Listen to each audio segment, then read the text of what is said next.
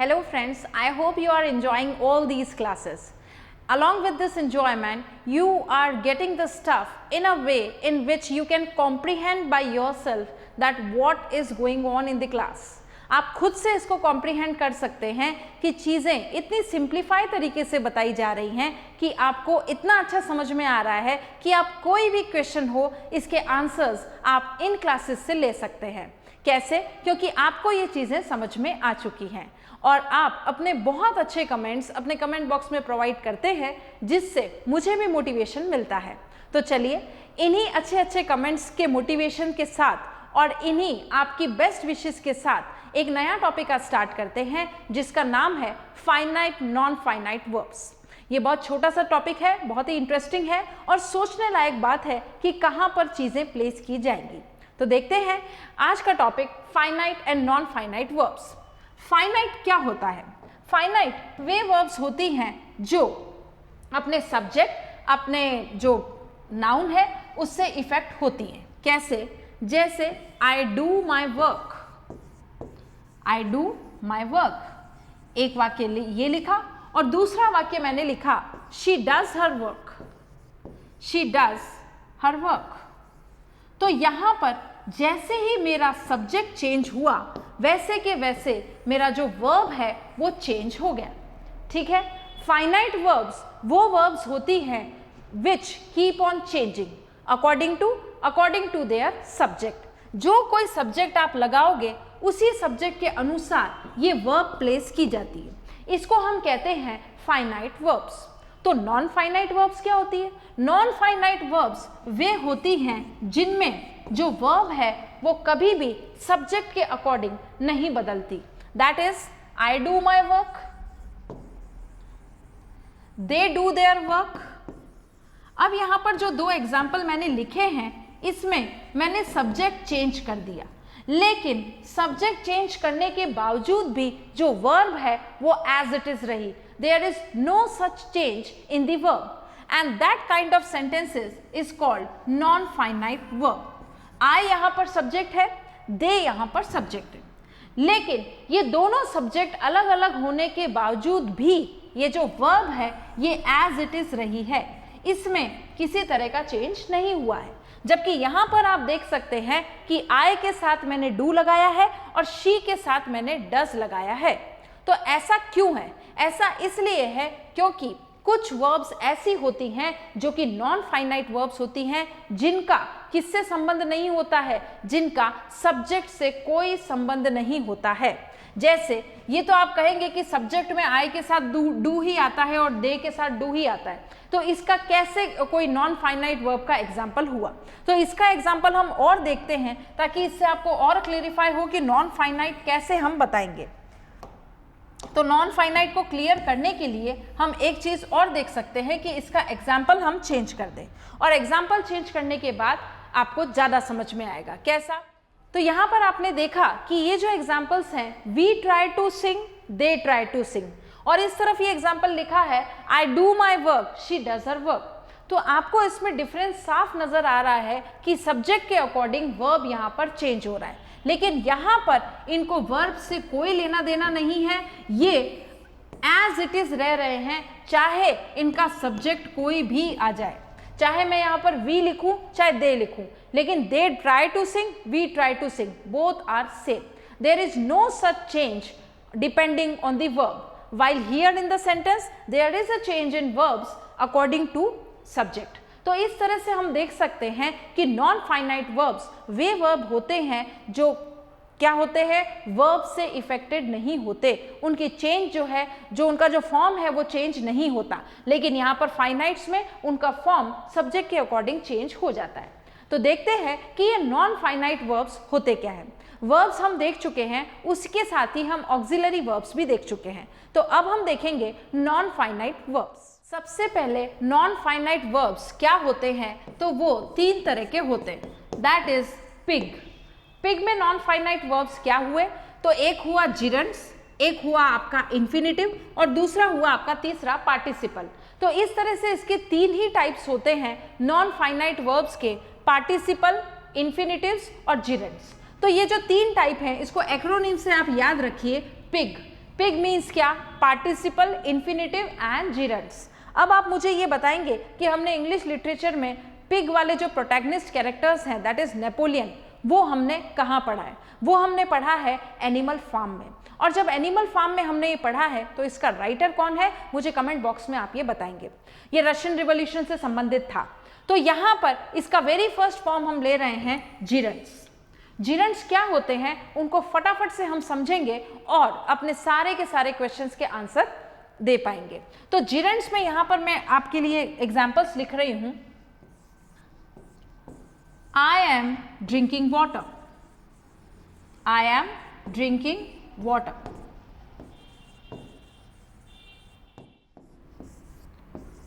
Drinking water is healthy. पानी पीना सेहत के लिए अच्छा होता है। Drinking water is healthy. Is this drinking water? Is this drinking water? Is this drinking water? ये जो 3 वाक्य मैंने लिखे हैं इसमें आप बहुत अच्छे से देख पा रहे हैं कि एक वर्ड कंटिन्यूसली यूज हुआ है। What is that? That is drinking. यहां पर भी ड्रिंकिंग आया है, यहां पर भी ड्रिंकिंग आया है और यहां पर भी ड्रिंकिंग आया। तो अब इन तीनों में फर्क क्या है? अब हम इसका एनालिसिस करेंगे तो जानेंगे कि इनमें क्या फर्क है। आई एम ड्रिंकिंग वाटर, ये क्या हुआ? ये आपका प्रेजेंट कंटिन्यूअस टेंस हुआ। क्या हुआ? Present continuous tense. मैं पानी पी रहा हूं, प्रेजेंट कंटिन्यूअस टेंस। नेक्स्ट देखें, इज दिस ड्रिंकिंग वाटर? क्या ये पीने का पानी है? पानी यहां पर क्या हुआ? वाटर। ठीक है, वाटर यहां पर क्या हुआ? आपका ऑब्जेक्ट। क्या पीना है? वाटर। Is this water? तो वाटर यहां पर आपका ऑब्जेक्ट हुआ। और ऑब्जेक्ट से संबंधित स्पेशल इंफॉर्मेशन जो वर्ड्स देते हैं, नाउन से संबंधित जो स्पेशल इंफॉर्मेशन जो वर्ड्स देते हैं वो होते हैं एडजेक्टिव। ये बात हम पुरानी क्लासेस में सीख चुके हैं। तो यहाँ पर ये ड्रिंकिंग क्या हुआ?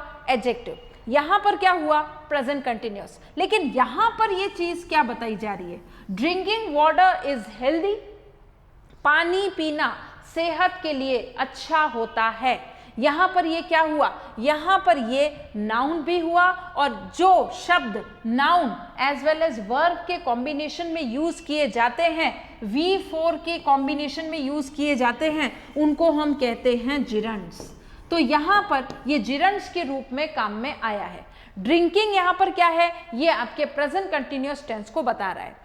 इज दिस ड्रिंकिंग वाटर यहां पर क्या है? ये वाटर की विशेषता बता रहा है, इसलिए यहां पर एडजेक्टिव हुआ। लेकिन यहां पर ये जिरंड क्यों हुआ? क्योंकि यहां पर ये ड्रिंकिंग जो है ये क्या है? सब्जेक्ट है। ये ड्रिंकिंग जो है ये क्या है? नाउन है। ठीक है, ये ड्रिंकिंग जो है ये क्या है? वर्ब है। तो इस तरह से हमने देखा कि जिरंड्स क्या होते हैं? जिरंड्स आपके नाउन से संबंधित ठेका लेते हैं। जब भी संज्ञा संबंधित बात की जाती है तो वो होगी जिरंड्स। और जिरंड में नाउन के साथ हम क्या यूज कर रहे हैं? V4, दैट इज ING का फॉर्मेट यूज होगा। जैसे कि यहाँ पर ड्रिंक के साथ हमने क्या लगाया है? V4 लगाया है, दैट इज ING। तो ड्रिंक के साथ ड्रिंकिंग लगा देने का मतलब ये क्या हो गया? जिरंड।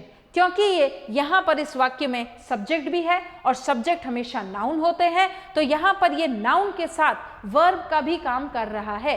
पानी पीना सेहत के लिए अच्छा होता है। तो पानी पीना एक क्रिया भी है और पानी पीना एक क्रिया का नाम भी तो है। तो जो भी क्रिया का नाम है वो तो हो जाएगा नाउन और क्रिया यानी कि वर्ब। तो जब ये डबल रोल प्ले करता है, नाउन और वर्ब का कॉम्बिनेशन मिक्स होता है और इस कॉम्बिनेशन के साथ जब V4 लगाया जाता है उसको हम कहते हैं जिरंड। तो आइए देखते हैं और एग्जाम्पल जिरंड से संबंधित। तो आपको इतना तो समझ में आया कि नॉन फाइनाइट के 3 टाइप्स हैं, that is participle, infinitive and gerunds. उसमें हम वेरी फर्स्ट ले रहे हैं जेरेंड्स। और जेरेंड्स मतलब क्या होता है? वर्ब और नाउन का कॉम्बिनेशन। और इस कॉम्बिनेशन को हमने देखा एग्जाम्पल्स के साथ कि यहाँ पर तीनों ही सेंटेंसेस में ड्रिंकिंग वर्ड आया है, लेकिन जेरेंड कहाँ पर है? सिर्फ एक ही जगह पर है। क्यों ऐसा है, उसका रीजन हमने पाया कि यहाँ पर ड्रिंकिंग जो है वो नाउन भी है एज वेल एज आईएनजी के फॉर्मेट में आया है। तो जेरेंड्स वो शब्द होते हैं जो अपने साथ आईएनजी लेकर चलते हैं, जो अपने साथ नाउन और वर्ब को कंबाइन करते हुए कुछ विशेषता बताते हैं। तो इस तरह से यहाँ पर ये जेरेंड हुआ। तो आगे और इसका एनालिसिस करते हैं कि जेरेंड्स मतलब क्या। जैसे हम इसके नेक्स्ट एग्जाम्पल देखें, cycling is a good exercise. Cycling is a good exercise. एक एग्जाम्पल ये लिखा और इसको वापस एग्जाम्पल के साथ ही देखें, नोट डाउन करते जाएं। ये आईएनजी का जो प्रयोग किया जा रहा है जेरेंड्स में, इन एग्जाम्पल्स में हम क्लियर करेंगे कि ये कैसे हो रहा है। जैसे यहाँ पर साइक्लिंग है, V4 का प्रयोग तो किया ही जा रहा है, प्लस ये साइक्लिंग यहाँ पर क्या है, सब्जेक्ट है, और सब्जेक्ट के साथ साथ यहाँ पर आईएनजी प्रयुक्त किया जा रहा है। तो what is that, cycling. Cycling is a verb as well as what, noun. यहाँ पर सब्जेक्ट में ये वर्ब और नाउन दोनों का फंक्शन कर रहा है। साइकिल चलाना एक क्रिया है और एक क्रिया का नाम साइक्लिंग है। तो क्रिया का नाम जहां पर आया नाउन हो गया और साइक्लिंग चलाना वर्ब हो गया। इन दोनों के कॉम्बिनेशन में आईएनजी के साथ में जो वर्ड्स प्रयुक्त किए जाते हैं वो क्या हो जाएंगे, वो हो जाएंगे जेरेंड्स। तो ये बात आपको याद रखनी है। यहाँ पर आई लर्नड ड्राइविंग, यहाँ पर भी ड्राइविंग क्या है, यहाँ पर ड्राइविंग आपका जेरेंड है। ऐसा क्यों है, क्योंकि इसमें आईएनजी फॉर्म लगाया जा रहा है और क्या किया जा रहा है, आईएनजी फॉर्म के साथ साथ यहाँ पर ये वर्ब और नाउन दोनों का काम कर रहा है। मैंने गाड़ी चलाना सीखा या कुछ भी चलाना सीखा, आई लर्न ड्राइविंग। तो चलाना सीखा एक क्रिया है और चलाना सीखना एक क्रिया का नाम भी है। तो यहाँ पर ये वर्ब और नाउन दोनों हो रहे हैं, मिक्सचर, कॉम्बिनेशन आईएनजी के साथ। तो मैंने इसको क्या कहा, तो मैंने इसको कहा जेरेंड। तो इस तरह से आप जेरेंड को एक स्पेसिफिक वे में सीख सकते हैं कि जेरेंड मतलब क्या, आपके V4 वाले कॉम्बिनेशन। जेरेंड मतलब क्या, जब भी ऑब्जेक्ट और सब्जेक्ट को क्लैरिफाई करने के लिए जब इस तरह से कॉम्बिनेशन बना के, वर्ब और नाउन का कॉम्बिनेशन बना के कुछ वर्ड्स जो लिखे जाते हैं उनको हम कहते हैं जेरेंड। लेकिन इनकी पोजीशन आपको हमेशा याद रखनी है कि ये या तो ऑब्जेक्ट की जगह आते हैं या ये सब्जेक्ट की जगह आते हैं। इसके अलावा ये सेंटेंस में और भी कहीं नहीं आएंगे। सिर्फ और सिर्फ सब्जेक्ट और ऑब्जेक्ट की जगह जो वर्ड प्लेस किए जाते हैं वो जेरेंड कहलाते हैं। जेरेंड अपने किसके फॉर्म में आएंगे, आईएनजी V4 फॉर्म के उसमें आएंगे, और ये सब्जेक्ट और ऑब्जेक्ट की जगह आते हैं, और ये वर्ब प्लस नाउन का मिक्सचर का कॉम्बिनेशन का जो फंक्शन है वो प्ले करते हैं। इस तरह से हमने देखा कि जेरेंड हमारा क्लियर हो चुका है। नेक्स्ट आगे देखते हैं हम इन्फिनेटिव। अब देखते हैं इन्फिनेटिव्स में, इन्फिनेटिव भी दो प्रकार के होते हैं। कैसे, तो दो प्रकार में आपका आएगा, आपको नोट डाउन करना है इसमें कि इन्फिनेटिव आपके जो दो प्रकार के होंगे, एक होगा फुल इन्फिनेटिव और एक होगा बेयर इन्फिनेटिव। बेयर इन्फिनेटिव में टू का प्रयोग नहीं किया जाता, जबकि फुल इन्फिनेटिव में टू का प्रयोग किया जाता है। अब ये इन्फिनेटिव्स जो हैं ये आपको क्या बताएंगे, बेसिकली आपको बताएंगे पर्पस। कैसा पर्पस, जो कि टू के साथ आता है। तो सेंटेंस में देखिए आपको कैसे इन्फिनेटिव जानना है, तो उसमें हम देख सकते हैं इसको एग्जाम्पल के through, that we eat to live, we eat to live. यहाँ पर टू क्या हुआ, यहाँ पर टू हमारा इन्फिनेटिव का काम कर रहा है। और ये कैसे बता रहा है, क्या बता रहा है, ये बता रहा है किसी पर्पस को। किस पर्पस को, कि हम जो खाना खाते हैं वो खाना किस लिए खाते हैं, जिंदा रहने के लिए खाते हैं। तो यहाँ पर ये फुल इन्फिनेटिव हुआ क्योंकि यहाँ पर टू का प्रयोग किया जा रहा है, और इस टू को हम कहेंगे यहाँ पर प्रेपोजिशन नहीं कहेंगे, यहाँ पर हम इसको कहेंगे इन्फिनेटिव। इन्फिनेटिव हमने क्यों कहा, क्योंकि टू हमें क्या बता रहा है, टू हमें बता रहा है पर्पस। लेकिन जब बेयर इन्फिनेटिव होगा तब क्या होगा, तब टू का प्रयोग नहीं किया जाएगा। कैसे, जैसे बेयर इन्फिनेटिव में आप देखिए, you need not go there, you need not go there. अब यहां पर मैं बीच में क्या लगा सकती हूं, टू, लेकिन यहां पर बेयर इन्फिनेटिव है, टू नहीं आएगा, you need not go there. अब आपने देखा यहां पर नीड जो है ये क्या है, ये एक सेमी मॉडल्स है, मार्जिनल मॉडल है। तो यहाँ पर जब मॉडल्स का प्रयोग किया जाता है तब हमें याद रखना है कि टू का प्रयोग नहीं आएगा, बेयर इन्फिनेटिव आएगा। यही हमारे एग्जाम में क्वेश्चन पूछा जाता है और कहा जाता है कि find out the error, you need not to go there या you need to go, you need not go there या you need not to go there. तो यहाँ पर इस तरह से जब वाक्य हमसे पूछे जा रहे हैं तो कभी भी किसी भी हालत में टू का प्रयोग नहीं किया जाएगा।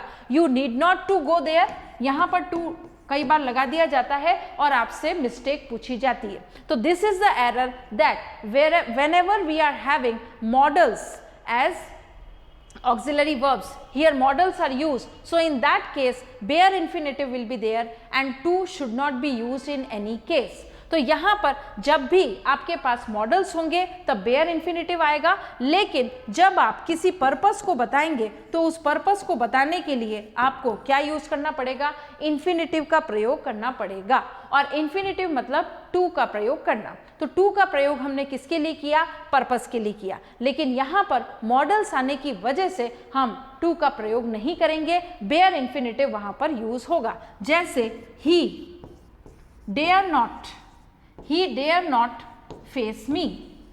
अब यहाँ पर टू फेस मी आपको नहीं करना है, यहाँ पर एक्स्ट्रा फालतू का टू यहाँ पर नहीं लगाना है। क्यों? क्योंकि हम मॉडल्स वाले चैप्टर में सीख चुके हैं what are semi modals, what are marginal modals. तो there is a semi modal, there is a marginal modal, और इस मार्जिनल मॉडल होने की वजह से यहाँ पर बेयर इन्फिनेटिव का प्रयोग होगा।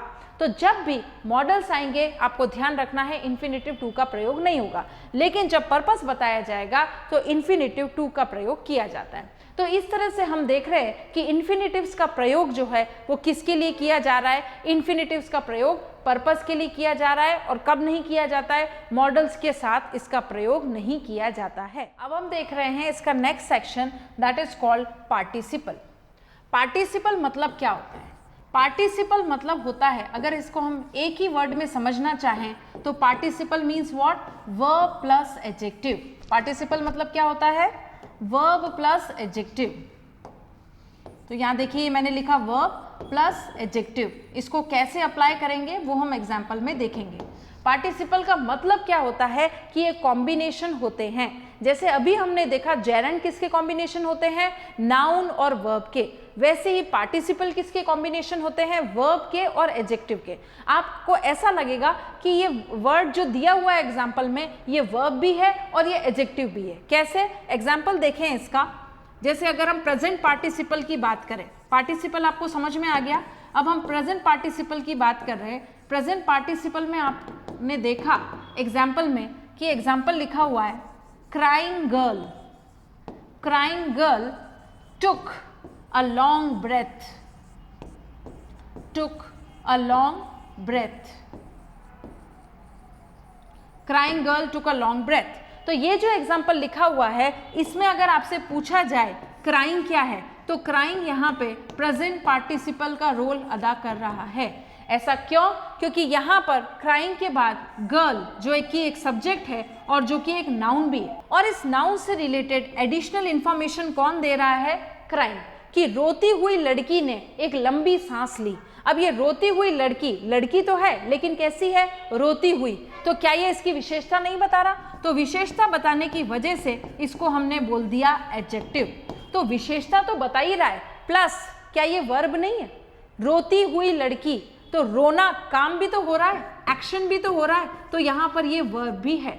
तो जब वर्ब और एडजेक्टिव का कॉम्बिनेशन बनेगा तो हम उसको कहते हैं पार्टिसिपल। और पार्टिसिपल के साथ यहाँ पर ये कौन सा एग्जाम्पल है, यहाँ पर ये प्रेजेंट टेंस का एग्जाम्पल है कि रोती हुई लड़की ने एक लंबी सांस ली, तो इसको हम कहेंगे प्रेजेंट पार्टिसिपल। टेंस हम पढ़ चुके हैं तो इसको वाक्य को देख के आप पता लगा सकते हैं कि ये प्रेजेंट टेंस का एग्जाम्पल है।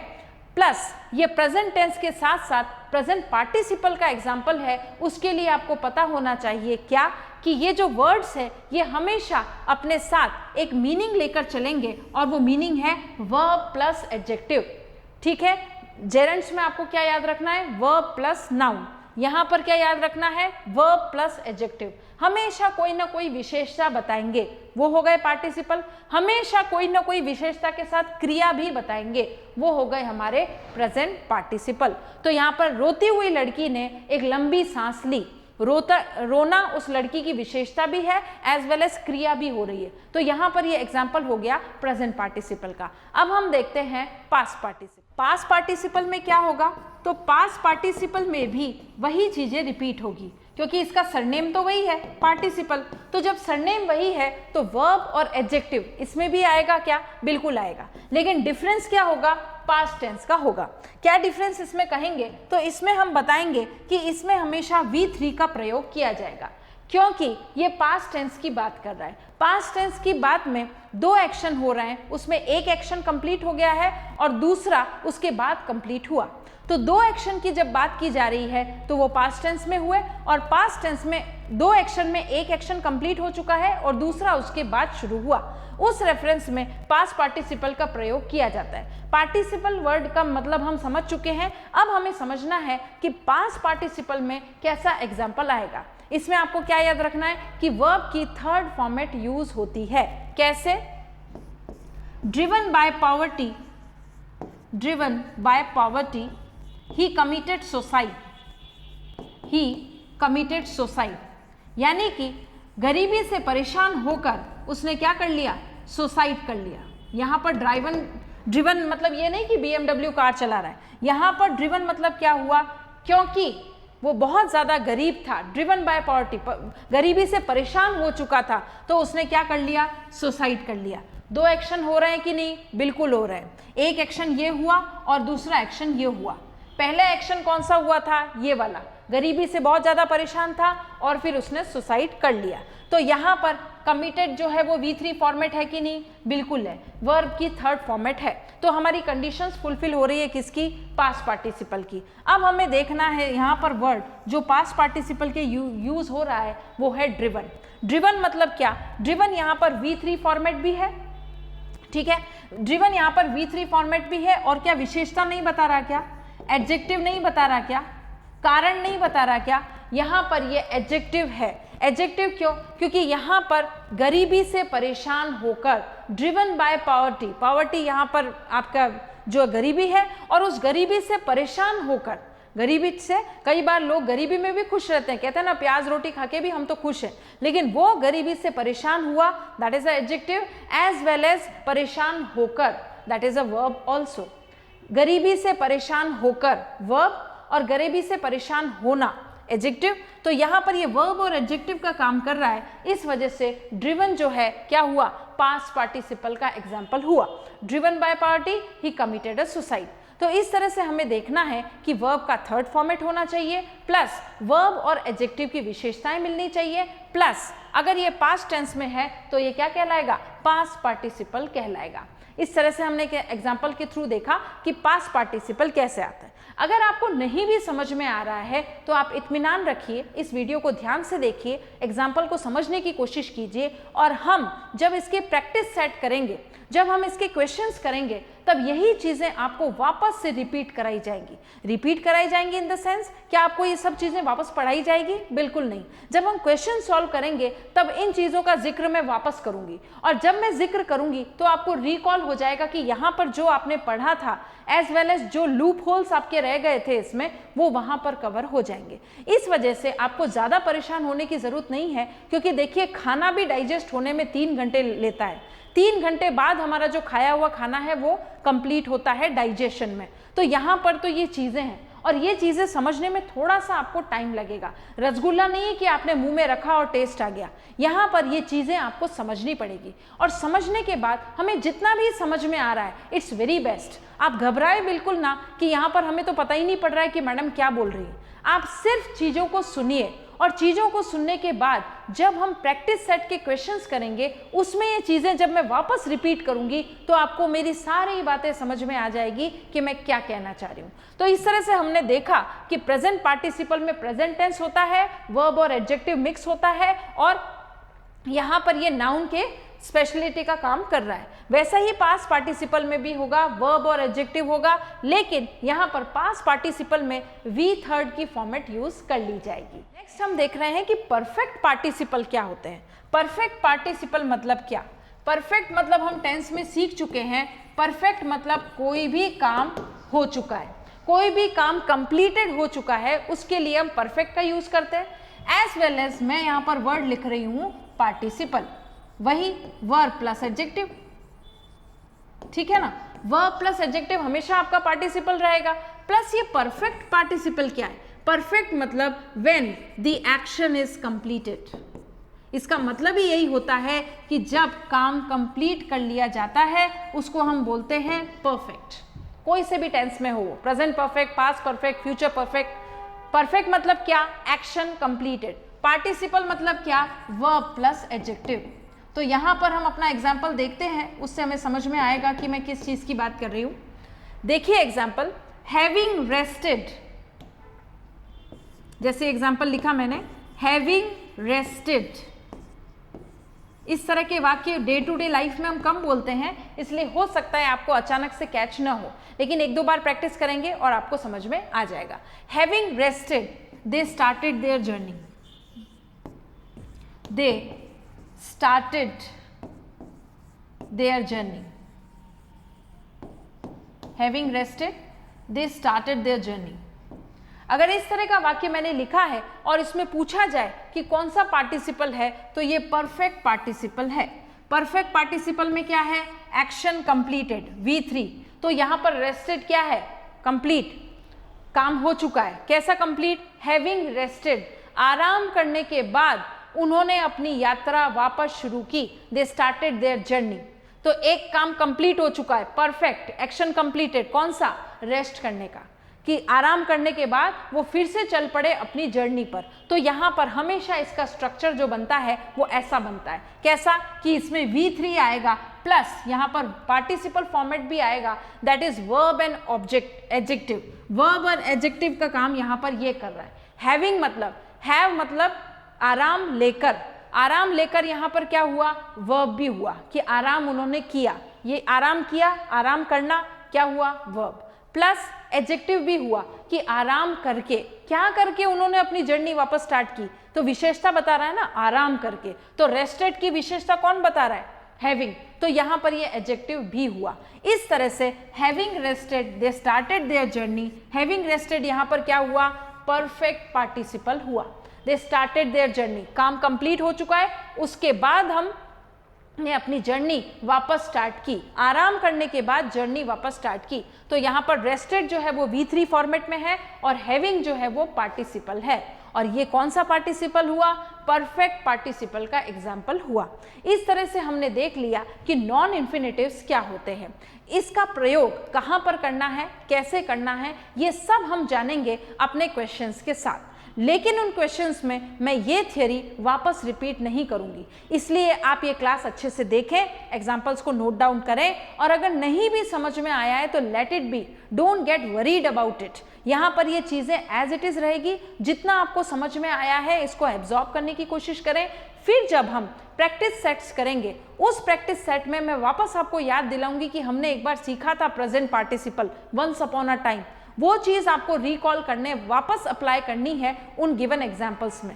फिर आपको ये चीज़ें समझ में आ जाएगी कि यहाँ पर present participle, past participle, gerunds, infinitive का क्या खेल चल रहा है। लेकिन उसके लिए बहुत ज़रूरी हो जाता है कि आपने मेरी ये क्लास देखी हो। अगर आपने मेरी ये क्लास नहीं देखी है तो आप आगे आने वाले जो प्रैक्टिस सेट है वो भी सॉल्व नहीं कर पाएंगे मेरे साथ, क्योंकि यहाँ पर लाइव क्लासेस चलेंगी और लाइव क्लासेस में ऐसा भी होगा कि आप मेरे से क्वेश्चंस पुटअप कर सकेंगे। और उन क्वेश्चंस पुटअप करने में बहुत ज़रूरी हो जाता है कि आपने मेरी ये क्लास देखी हो। तो इस तरह से हमने सीखा कि इन्फिनेटिव्स क्या होते हैं और नॉन फाइनाइट्स क्या होते हैं। नॉन फाइनाइट्स और फाइनाइट्स का डिस्क्रिमिनेशन हमने करा, फिर उसमें हमने देखा जेरेंड्स क्या होते हैं, फिर हमने एक ही एग्जांपल से देखा इन्फिनेटिव्स क्या होते हैं, और फिर देखा कि पार्टिसिपल्स क्या होते हैं। तो एक एक एग्जांपल हमने सबका देख लिया और हमारा एक रफ आइडिया तो हो ही गया कि पार्टिसिपल्स क्या हो रहे हैं, जेरेंड्स क्या हो रहे हैं। अब इनको एग्जैक्टली एग्जीक्यूट करने के लिए just wait for the test series and the questions, उससे